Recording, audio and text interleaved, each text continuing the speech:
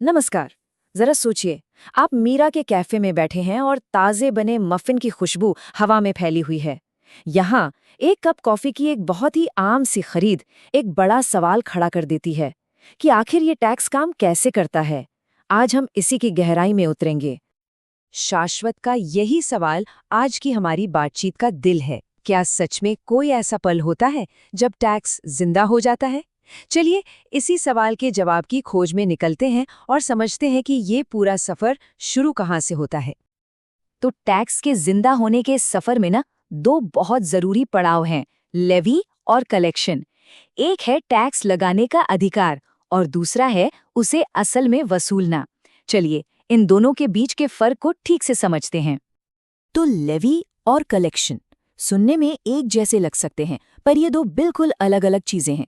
Levy समझिए सरकार का कानूनी हक है टैक्स लगाने का, और कलेक्शन वो है उस टैक्स को असल में इकट्ठा करने का काम, उसकी वसूली। मतलब जब कानून ये कहता है कि मीरा की कॉफी पर जीएसटी लगेगा, वो है लेवी, और जब वो असल में ग्राहक से पैसे लेकर सरकार को जमा करती है, वो है कलेक्शन। और हाँ, सरकार को ये हक ऐसे ही नहीं मिल जाता।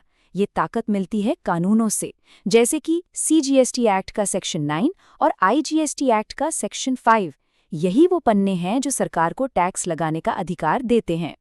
अच्छा, तो सरकार के पास टैक्स लगाने का अधिकार तो है, लेकिन सवाल ये है कि ये अधिकार इस्तेमाल कब होता है? टैक्स के जिंदा होने के लिए 6 शर्तों का पूरा होना जरूरी है। इसे आप एक तरह की जीएसटी चेकलिस्ट समझ सकते हैं। जीएसटी लगने के लिए ये 6 शर्तें पूरी होनी ही चाहिए। देखिए, इसे ऐसे समझते हैं, कोई रजिस्टर्ड बिजनेस हो जो भारत के अंदर अपने बिजनेस के दौरान पैसों के बदले कोई सामान या सर्विस दे रहा हो, और वो सामान या सर्विस टैक्स के दायरे में आती हो। जब ये सारी चीजें एक साथ होती हैं ना, तभी उस लेनदेन पर जीएसटी लग सकता है। ठीक है, तो अब शर्तें पूरी हो गई और ये तय हो गया कि टैक्स लगेगा। अगला सवाल मन में क्या आता है?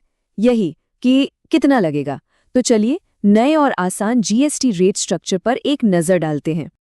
जीएसटी में अब मुख्य तौर पर 4 रेट्स हैं, जो बहुत जरूरी चीजें हैं, जैसे दूध, चावल, उन पर 0% टैक्स है। फिर ब्रेड, चीनी जैसी चीजों पर 5%। हमारी कॉफी और कपड़ों जैसी स्टैंडर्ड चीजों पर लगता है 18%। और हाँ, लग्जरी आइटम्स पर ये 40% तक पहुंच जाता है। ये चार्ट देखिए, इससे बात बिल्कुल साफ हो जाती है। रोजमर्रा की जरूरी चीजों पर टैक्स का बोझ कम से कम रखा गया है, जबकि महंगी और लग्जरी चीजों पर टैक्स सबसे ज्यादा है। इसके पीछे सोच एक तरह का सामाजिक संतुलन बनाने की है। तो अब हम ये जान गए कि टैक्स कब और कितना लगता है, पर इसे ग्राहक से लेकर सरकार तक पहुंचाने की जिम्मेदारी किसकी है? इस कहानी में 3 मुख्य खिलाड़ी हो सकते हैं। ज्यादातर मामलों में, जिसे हम नॉर्मल चार्ज कहते हैं, बेचने वाला यानी सप्लायर ही टैक्स जमा करता है। जैसे मीरा अपने कैफे में ग्राहक से जीएसटी लेगी और सरकार को जमा कराएगी। ये सबसे सीधा और आम तरीका है। लेकिन कुछ खास मामलों में कहानी पलट जाती है। यहाँ आता है रिवर्स चार्ज मैकेनिज्म या आरसीएम।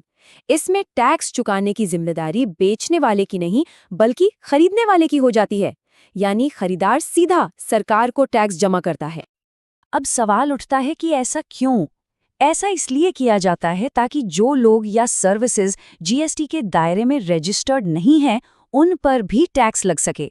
जैसे मान लीजिए मीरा किसी अनरजिस्टर्ड ट्रक ड्राइवर की सर्विस लेती है, तो उस सर्विस पर जीएसटी वो ड्राइवर नहीं देगा, बल्कि मीरा सीधे सरकार को चुकाएगी, क्योंकि मीरा जीएसटी सिस्टम में रजिस्टर्ड है और वो ड्राइवर नहीं। और तीसरा खिलाड़ी है ई कॉमर्स ऑपरेटर। जब ज़ोमैटो जैसे ऐप से मीरा के कैफे से कोई ऑर्डर करता है, तो कुछ मामलों में ज़ोमैटो ही मीरा की तरफ से जीएसटी वसूल कर सरकार को जमा करने के लिए जिम्मेदार हो सकता है।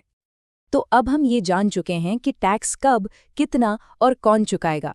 अब चलिए इस पूरी कहानी के सबसे दिलचस्प हिस्से पर चलते हैं कि दिए गए टैक्स के पैसे का असल सफ़र होता कैसे है।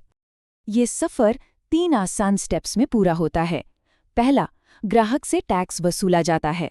दूसरा, सप्लायर इसे जीएसटी पोर्टल के जरिए सरकार के पास जमा करता है। और तीसरा, सबसे जरूरी स्टेप, सप्लायर अपनी खरीद पर चुकाए गए टैक्स को वापस क्लेम करता है। यही जीएसटी की जान है।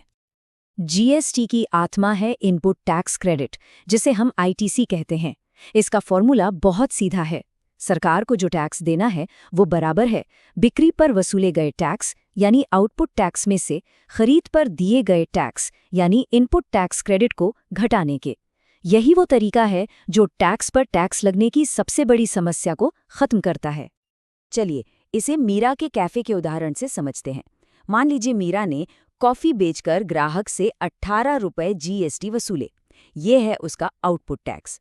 लेकिन उस कॉफी को बनाने के लिए उसने चीनी, कप वगैरह पर पहले ही 5 रुपए जीएसटी चुकाया था। ये है उसका इनपुट टैक्स। तो अब उसे सरकार को पूरे 18 रुपए नहीं देने हैं, उसे देने हैं सिर्फ 13 रुपए, यानी 18 माइनस 5। यही है आईटीसी का कमाल। तो क्या इसका मतलब हर चीज पर जीएसटी लगता है? जी नहीं, ये सिस्टम कुछ बहुत जरूरी चीजों और सेवाओं को जानबूझकर अपने दायरे से बाहर रखता है। दूध और चावल जैसा जरूरी सामान, स्वास्थ्य और शिक्षा जैसी जरूरी सेवाएं और कर्मचारियों को मिलने वाली सैलरी, ये सब जीएसटी के दायरे से बाहर हैं। यह दिखाता है कि टैक्स पॉलिसी का एक सामाजिक पहलू भी है। तो हमने लेवी से लेके कलेक्शन और आईटीसी तक का पूरा सफर तय कर लिया, लेकिन आखिर में सवाल ये है कि इस पूरे सिस्टम का मतलब क्या है।